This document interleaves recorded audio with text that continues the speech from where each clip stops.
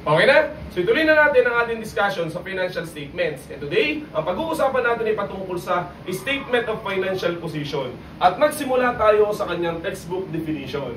Statement of Financial Position is a formal statement showing the three elements comprising financial position, namely assets, liabilities, and equity.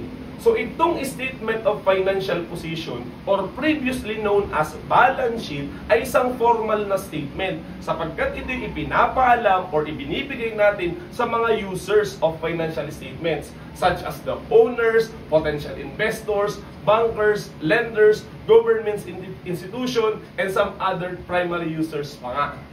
At ang banggit dito, ang laman ng Statement of Financial Position ay yung tatlong element na alam kong may idea na tayo. Asset, liabilities, and equity. Pero sa ngayon, lagyan din lang muna natin sila ng definition sapagkat yun nga yung topic natin today, di ba? So first is asset. It means a present economic resource controlled by an entity as a result of past event. Nandito rin yung kanyang essential criteria na basically ito rin naman yung laman ng kanyang definition. Una, masasabing asset ka if it is controlled by the entity.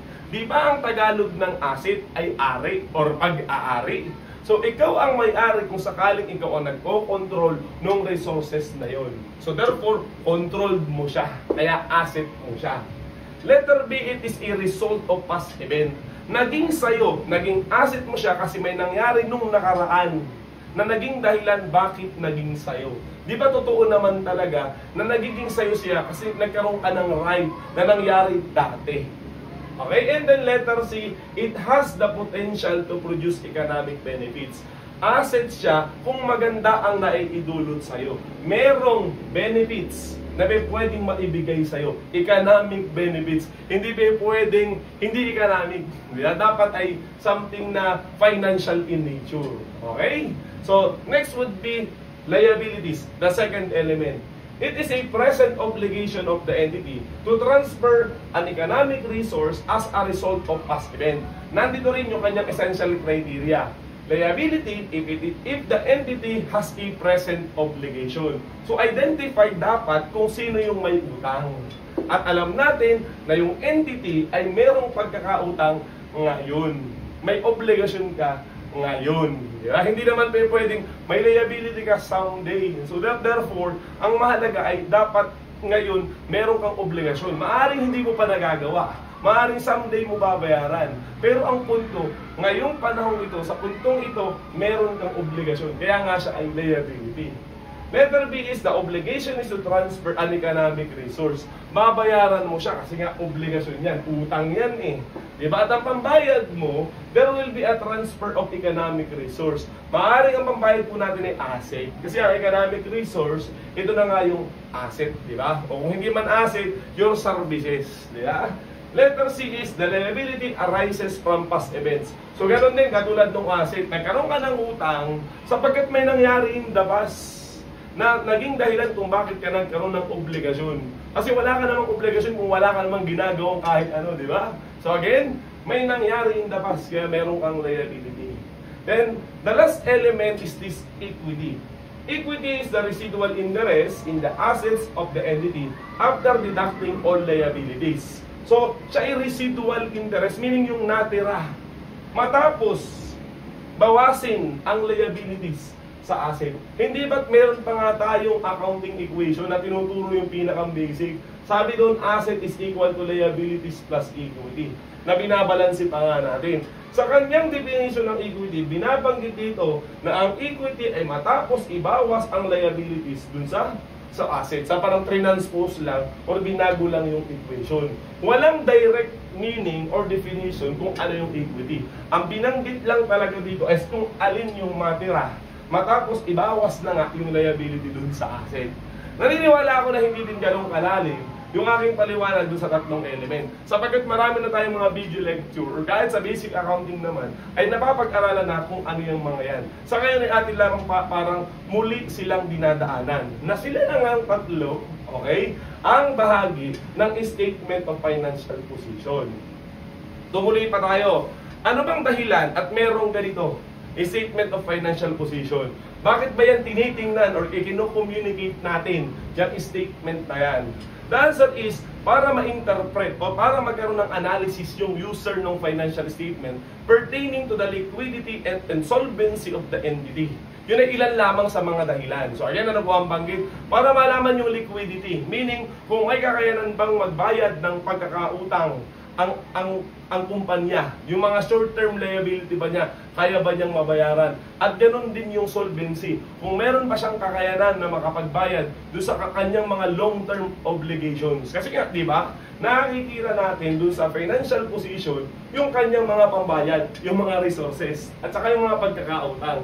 So, na-analyze ng mga users kung may kakayanan ba talaga ang entity na gawin yun. Kung meron ba silang liquidity or solvency. Yun yung ilan sa mga dahilan. Okay, na mas pag-uusapan pa talaga siya sa ibang mga subjects. Yung interpretation, yung uses nitong statement of financial position. Ngayon, dahil tayo intermediate accounting, ang tingnan natin paano ba siya gawin.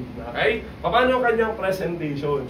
Ang banggit dito, there are two forms of statement of financial position. Meaning, paano siya ipinipresent. Okay? We have here the account format and the report format. Ano ibig sabihin ng account form? The presentation follows that the account, that of an account. Meaning, the assets are shown on the left side and the liabilities and equity on the right side. So, sinusunod daw niya kung ano ang itsura ng account. Ano ba yung account? Yung account title, na tinatawag din minsan na P account. Di ba? Naalala niyo yung ledger na topic? When we see account form, ganyan po ang itsura niya, naka-letter P. Kung saan nga ang mga assets ay nasa kanan at ang liabilities and equity ay nasa kaliwa. Kaya kung mapapansin po natin dito sa ating simple illustration, let's say name of the company, ABC Company, lagi pong ganyan. Nauna yung pangalan ng entity. And then yung statement na gagawin mo, in this case, statement of financial position, and the last line would be the date. Normally, end of the accounting period. Kung yan ay calendar year, therefore, December 31, 2024. Pwede rin po yung lagyan ng as of December 31, 2024. Pero hindi po pwedeng gamitin yung pinapakita dun sa income statement, dun sa changes in equity at iba pang mga statement kung saan mayroong wordings na for the year ended. Bawal po kapag ka-statement of financial position, ilagay yung term na yun. Ang pwede lang ay as of or yung date. Kasi nga, ipinapakita dito, ano yung position mo. Kaya nga yung pangalan ng statement ano ang position mo nung specific date na yun. Okay? Kaya isang date lang. Ano ang mga meron ka nung specific na araw na yun. Okay? Let's go back with the account form. Ang banggit nga dito, kaliwa ay assets. So, nandito po siya. At ang kanan ay liabilities and equity. Okay, mamaya natin pag-usapan yung mga laman. Ipakita lang din muna natin yung report form. Ang sabi sa report form, the presentation set forth the three major sections in a downward o pababa sequence of assets, liabilities, and equity.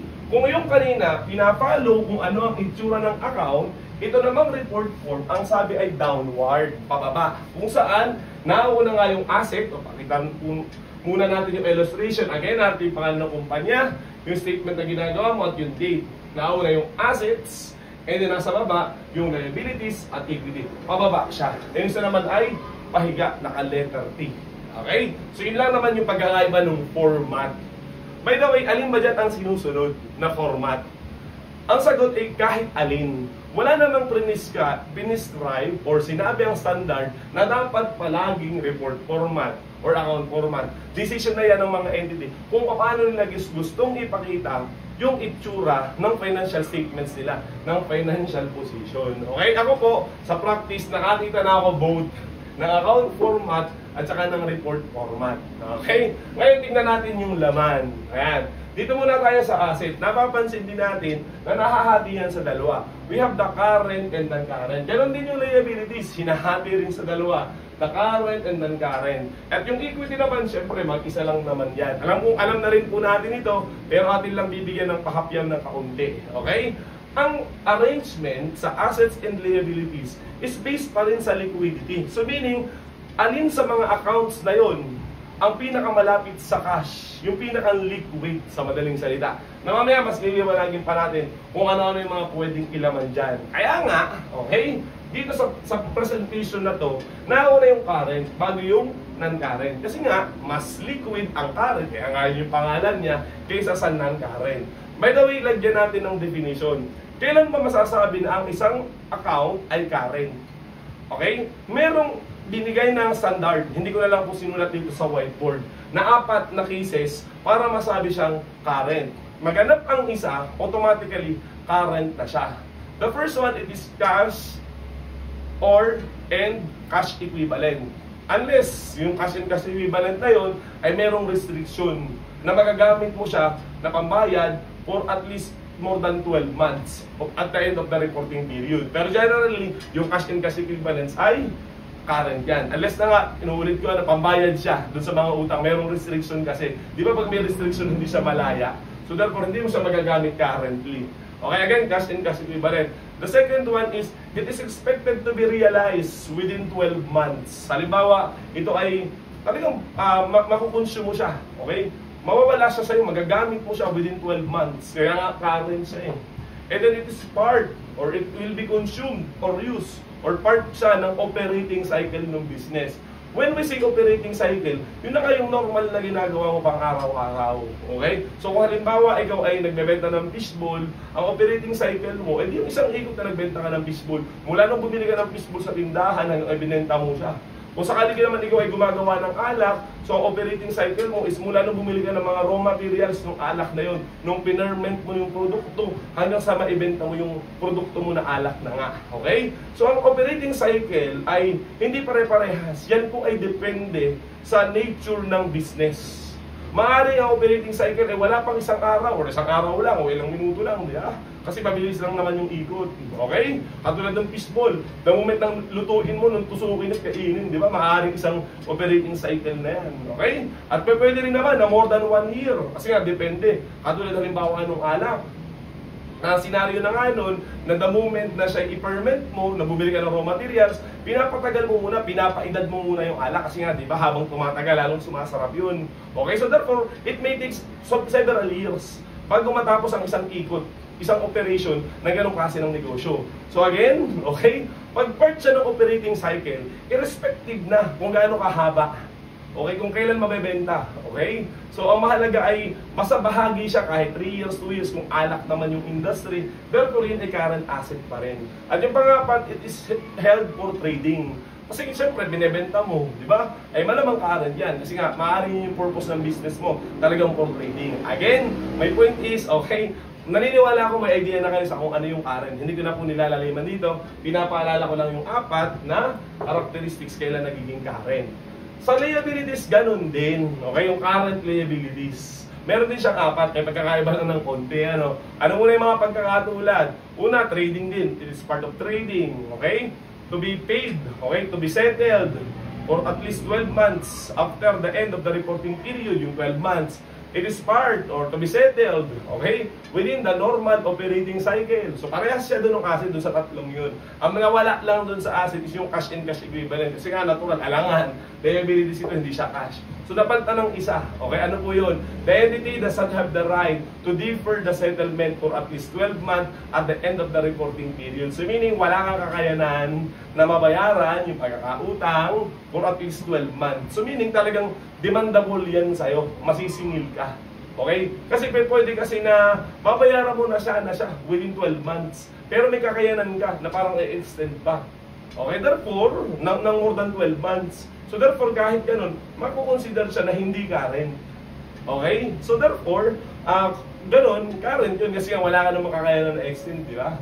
So again, okay? May idea na po kayo talaga doon kung ano yung current. Dapat, alam niyo lang po kung nandun ba yung isang account dun sa classification ng current, therefore isasama mo po siya dyan.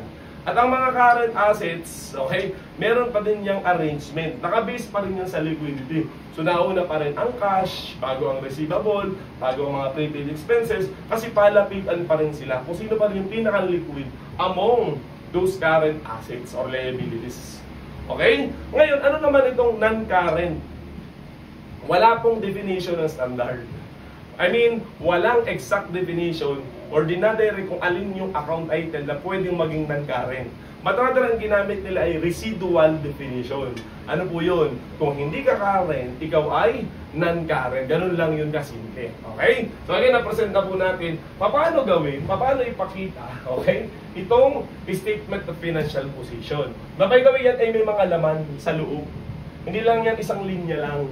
Ano yung mga nilalaman yan? Nandun na po yung pinaka-highlight ng ating discussion. The line items in statement of financial position. Itong babanggitin na 18, hindi naman ito yung mismong listahan. Meaning pwede pang magdagdag. Depende sa kung sa tingin ng kumpanya ay dapat pang dagdagan sapagkat meron pang ilang relevant na mga account items na kailangan makita dun sa mismong phase ng financial statements. By the way, magkakaroon din tayo ng problem solving patungkol dito sa statement of financial position. I believe mas maganda yung kaysa dito sa ganitong klase ng discussion kasi doon ipapakita natin mismo paano talaga gumawa ng financial position. O ngayon, babasahin lang po muna natin at bibigyan ng counting overview.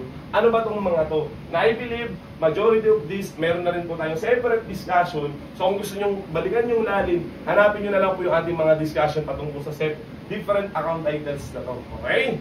Sige, again, ito yung mga dapat makita dito sa statement of financial position kung sakaling yung entity ay meron nito. Okay, ito po ay naka-aggregate na high level na. So the first is cash in cash equivalent. Alam na po natin yung cash, it is a medium of exchange. While itong cash equivalent naman, they are really investment in form, but the investment is highly liquid in short term, di ba? At meaning 3 months lang talaga, highly liquid na short term pa. That's why sa halip na investment ang kanyang category, tinawag na siyang cash equivalent kasi napakaikli ng panahon, highly liquid pa. So yun yung first line item.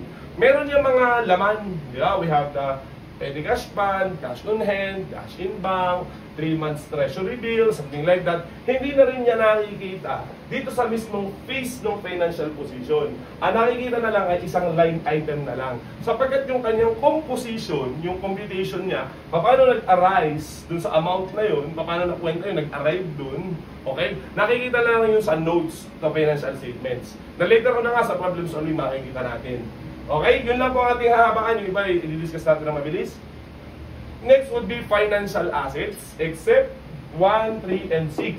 So meaning pala yung 1, 3, and 6 is also, okay, financial assets.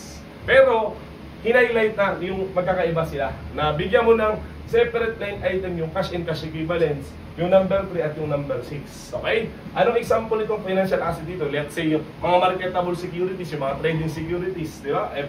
PL natin. So sila yon financial assets sapagkat wala sila dun sa 1, 3, and 6. Ano pa po? Trade and other receivables, yung mga kolektahin natin. Okay? Inventories, mga paninda. Property, plant, and equipment, mga malalaking assets, diba? Okay? Na ginagamit sa negosyo pero hindi ibinebenta, such as land, building, machineries. Okay? 6 would be investment in associate. Okay? Kung sakaling meron tayong significant influence doon sa ating pinaglagyan, investments natin, using equity method. Sapagkat nga, syempre, associate ka, ito yung accounting method niya. Okay? Then, intangible assets, mga assets na walang physical form. Investment property. They are land in building, held for capital appreciation, renting to others, and etc. Okay? Biological assets, mga assets na merong buhay, na ginagamitan ng agriculture, such as animals and plants yan. Okay? Then, total assets classified as held for sale and assets included in disposal group classified as held for sale. Ano naman ito? They are non-current assets. Supposedly, gagamitin mo sila sa operasyon. Pero later on, na-realize mo, ang gusto mo na lang pala, ibenta sila. Okay? Kaya sila ay held for sale. By the way, ito yung current, itong number 10. Sapagkat yan po ay held for sale, so therefore, it is for trading to be realized within 1 year. Itong 1 to 4, current asset din yan. While itong 5, 6, 7, 8, okay, 9, they are non-current. So again, kung sakali gagawa ka po ng asset side, narito kailangan hiwa-hiwala yung mga yan at makikita sa face ng statement of financial position sa asset side. Then let's move on to liabilities. We have trade and other payables, mga usual mong pagkakautang kasi nagnenegosyo ka at iba pa. Current tax assets and liabilities. By the way, the asset pa rin ito, di ba? yung tax asset mo, at saka yung tax liability. Yung income tax payable, normally naman payable po tayo, di ba? Yung mabayaran natin sa gobyerno. Kung sakali naman napasobra yung bayad mo kasi meron kang tax refund, okay?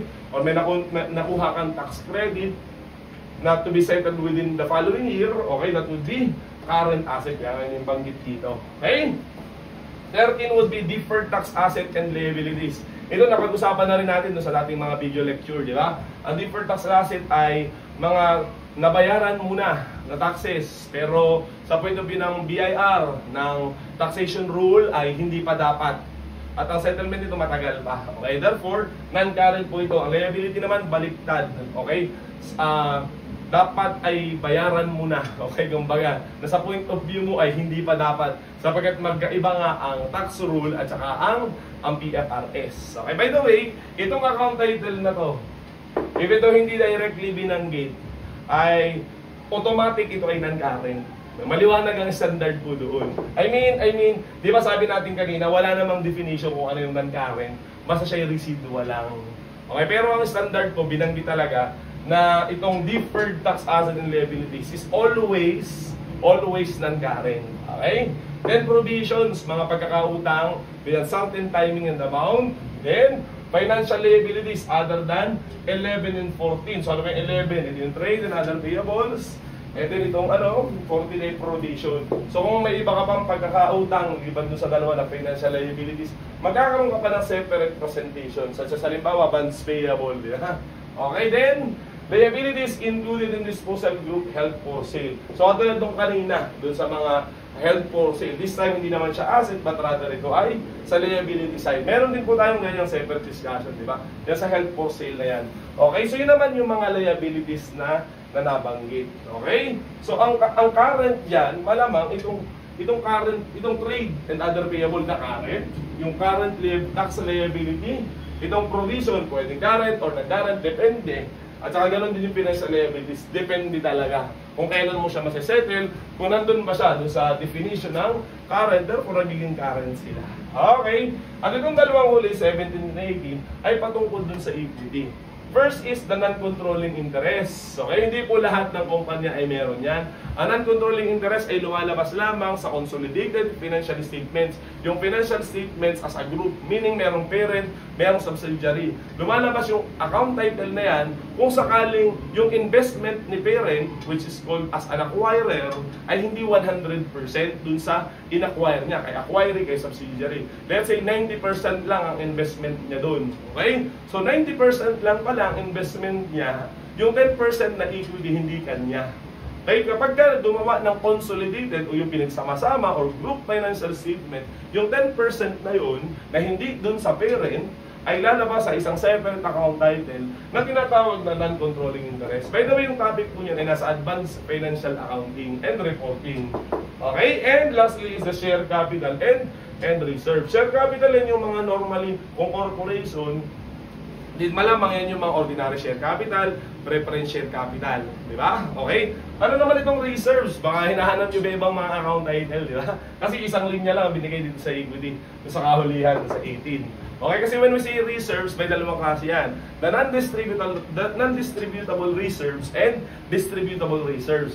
When we say non-distributable, nandyan yung mga additional paid-in capital, yung dating tawag. Yun na nga ngayon na share premium, di ba? From issuances, diba? Donation, and so on and so forth. Kasama rin dyan yung revaluation surplus, yung mga other comprehensive income, okay? At saka yung mga appropriation sa retained earnings. They are non-distributable reserves. While yung retained earnings, na normally pinapakita rin naman, di ba? As a separate line item dito, kasi baka isipin nyo, isang linya lang yung equity, yun ay bahagi pa rin ng reserves, yung retained earnings. Yun ay part ng distributable reserves. Okay? So again, yun na po. Yan po yung mga normally na pinapakita sa face ng statement of financial position. Yung composition nila malamang again ay sa notes to financial statements. At inuulit kong muli, hindi lang itong 18 ito ang maaaring makita. Pwede pang magdagdag. kung sakaling meron pang importanteng line items na dapat makita at makabasa ng user dun sa financial position. So kung sakali po meron kayong natutunan sa ating simpleng video discussion, maaari nyo ilike itong video lecture na ito. Pero kung gusto mo pang mas may matutunan, lalo na sa problem solving ng financial statements, nandito pa yung iba maraming mga video lecture, maaari nyo mapanood. So yun lamang at